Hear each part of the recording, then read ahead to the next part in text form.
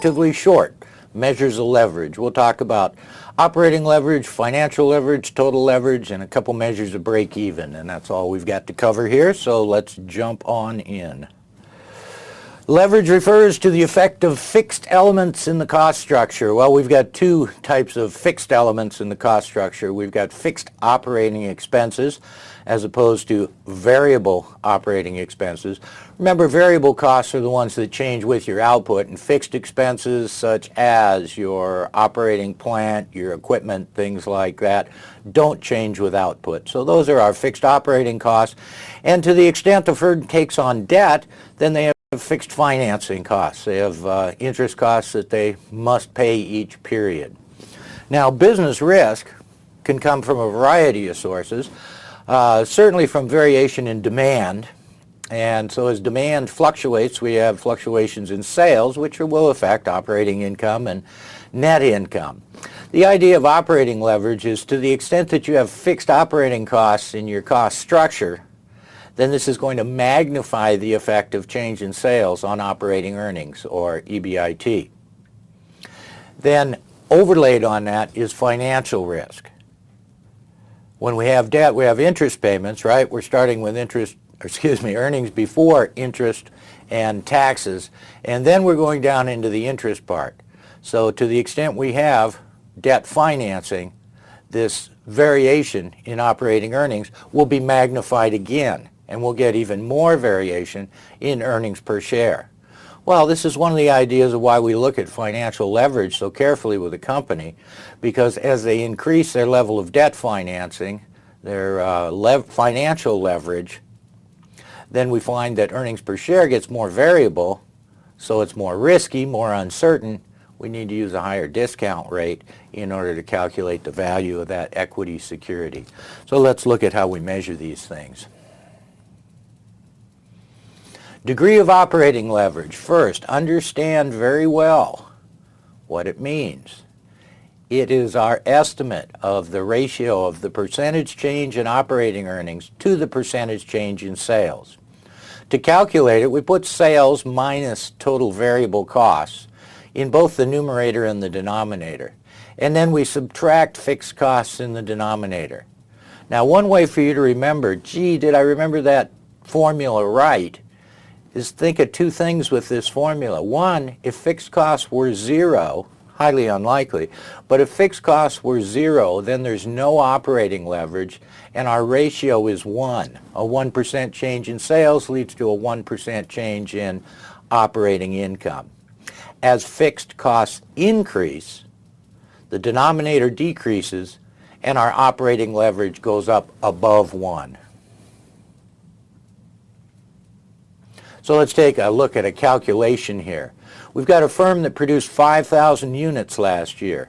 I guess I should mention at this point that this degree of operating leverage is sensitive to where we are in terms of production and sales. At each different level of sales, we'll have a different degree of operating leverage. So it's calculated for a specific level of sales. This firm's fixed cost is $70,000, its selling price $75, and its variable unit cost $50. What was the firm's degree of operating leverage at 5,000 units?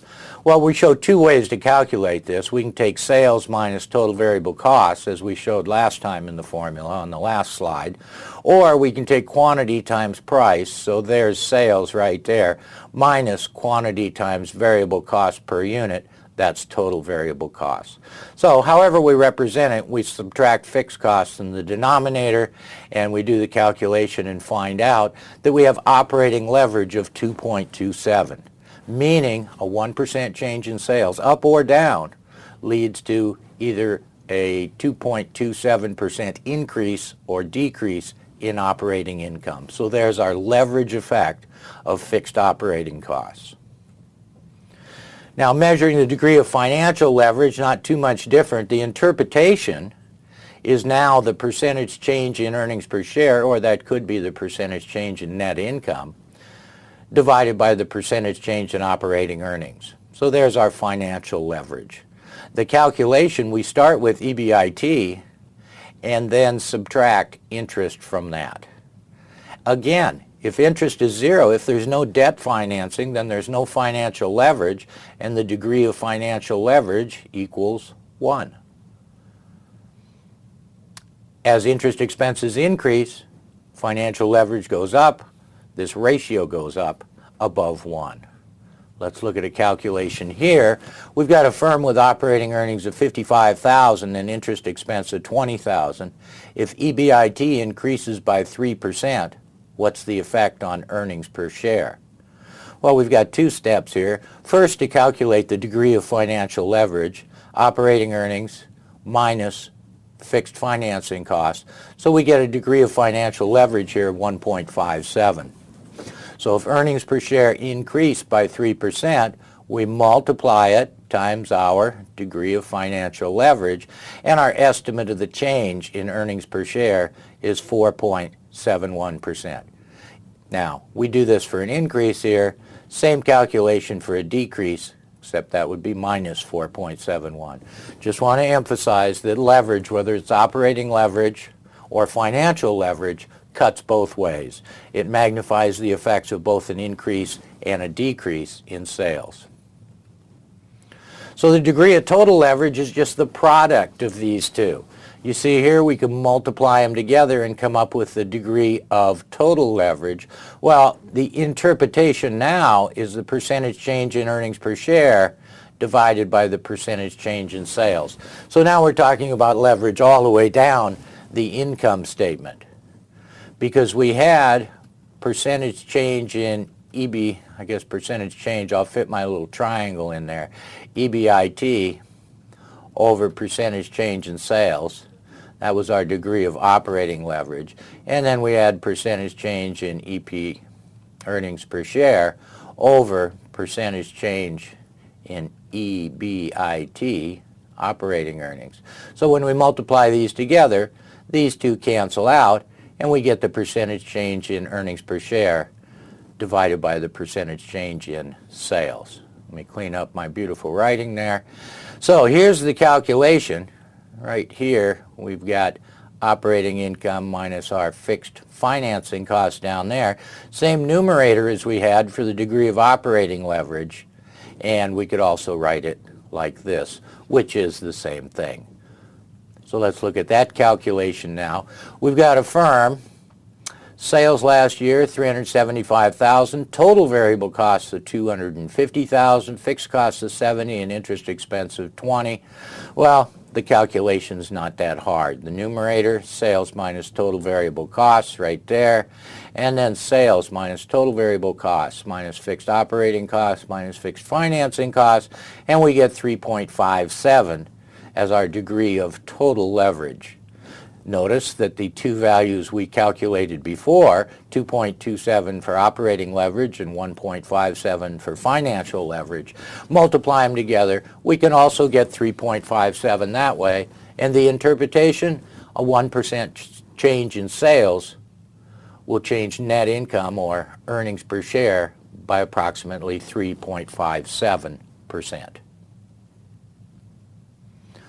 So, a firm can have high operating leverage if they have high fixed costs, or shall we say a high proportion of fixed costs in their cost structure.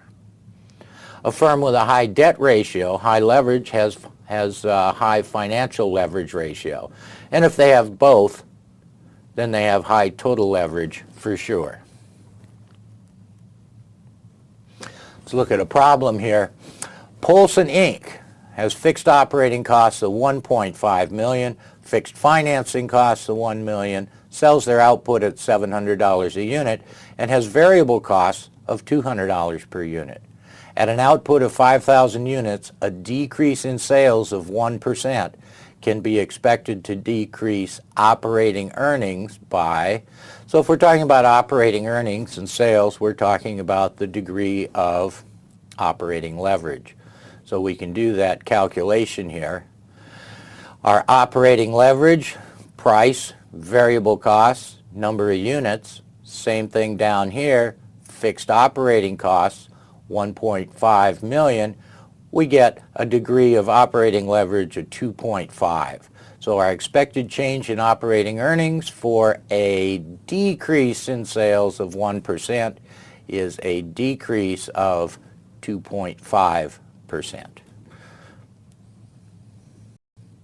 Oops, skipped too fast.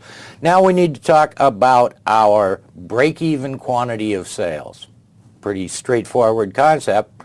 When you make zero, you're breaking even. How do we calculate this quantity though? Well, we've got our total fixed costs, and the way to think about this is think, well, how many units do we have to sell to cover those fixed costs? Well, if we take price minus variable cost per unit, sometimes we call that the contribution margin. So each unit sold gives us this amount in the denominator to put toward our fixed costs. So if we divide the contribution to fixed costs of each unit by total fixed costs, we come up with a number of units to just cover our fixed costs and our variable costs. And that's our break-even quantity. So if price is 85, variable costs per unit are 60, and we have to cover fixed costs of $500,000, our break-even quantity is simply that $500,000 divided by this contribution margin, the excess of price over variable cost per unit. So we find out that at 20,000 units, we're at break-even quantity of sales. And we're also supposed to be able to calculate net income at various sales levels. Well, this is pretty straightforward. It's like a little baby income statement here. Let's check this example. Assume for the firm that the price is 85, variable costs are 60, fixed costs are 500,000, and interest is 20,000. Our quantity, 25,000 units, and let's just ignore taxes for the purposes of this calculation here. What's the firm's net income? Well, net income is simply price minus variable cost times quantity, then subtract out our fixed costs, subtract out our interest cost, and that's it. So in this case, here's our contribution margin. At 25,000 in sales, we subtract our fixed costs and subtract our fixed financing costs and come up with a net income of 105,000. So very straightforward learning outcome statement there. Now, when we talk about operating break-even, it's the level of sales that just covers a firm's fixed operating costs. So here's the fixed operating costs. Here's the variable cost per unit. And we go through this example here and find out our break-even is 12,000 units. Now, why was that different than what we calculated before for these same numbers? Well, that's because here, operating break-even just covers operating costs. We're not looking at our financing costs. If we go back to our earlier example, we had total fixed costs of 500,000. So that total fixed cost there is our fixed financing costs and our fixed operating costs. So if we go forward again, here we only had our fixed operating costs. So we had 200,000 in fixed financing costs. So operating break-even is going to be lower than break-even quantity when we have positive financing costs.